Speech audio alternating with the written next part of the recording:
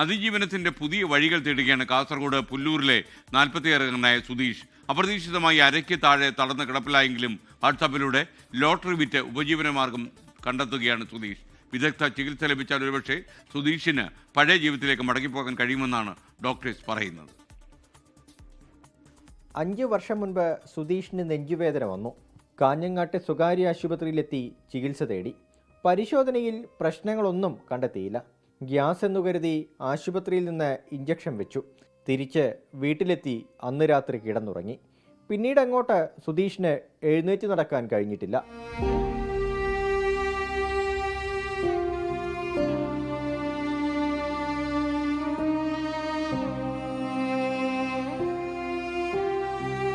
അഞ്ചു വർഷങ്ങൾക്കിപ്പുറവും ഫിസിയോതെറാപ്പിയിലൂടെയും മരുന്നിലൂടെയുമാണ് ഓരോ ദിവസവും മുന്നോട്ട് പോകുന്നത്.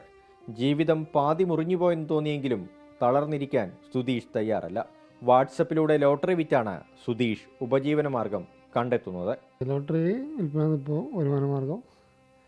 അപ്പോൾ നമ്മൾ നമ്പറിൽ ഇങ്ങനെ വാട്സപ്പിലെല്ലാം സ്റ്റാറ്റസിൽ വെക്കും. ആൾക്കാർ നമ്പർ സെലക്ട് ചെയ്തിട്ട് അയച്ചു കഴിഞ്ഞാൽ അത് വേറെ വരുമാന മാർഗമൊന്നും ഇല്ലാത്തതുകൊണ്ട് ഫിസിയോതെറാപ്പിക്ക് ചിലവുണ്ട്. അല്ല ഇതിനെ കൊണ്ടാണ് നമ്മളിപ്പോൾ ജീവിച്ചു പോകുന്നത്. സ്വകാര്യ സ്ഥാപനത്തിൽ ഭാര്യ ജോലി ചെയ്യുന്നുണ്ടെങ്കിലും സുധീഷിനൊപ്പം എപ്പോഴും ഒരാൾ വേണ്ടതിനാൽ കൃത്യമായി ജോലിക്ക് പോകാൻ പറ്റുന്നില്ല. വാട്സപ്പിലൂടെ ലോട്ടറിയുടെ ഫോട്ടോയും നമ്പറും അയച്ചു നൽകിയാണ് വിൽപ്പന. തളരാത്ത മനോവീര്യത്തിൽ സുധീഷ് ലോട്ടറിയുമായി ആവശ്യക്കാരെ കാത്തിരിക്കുകയാണ്. 24 കാസർഗോഡ്.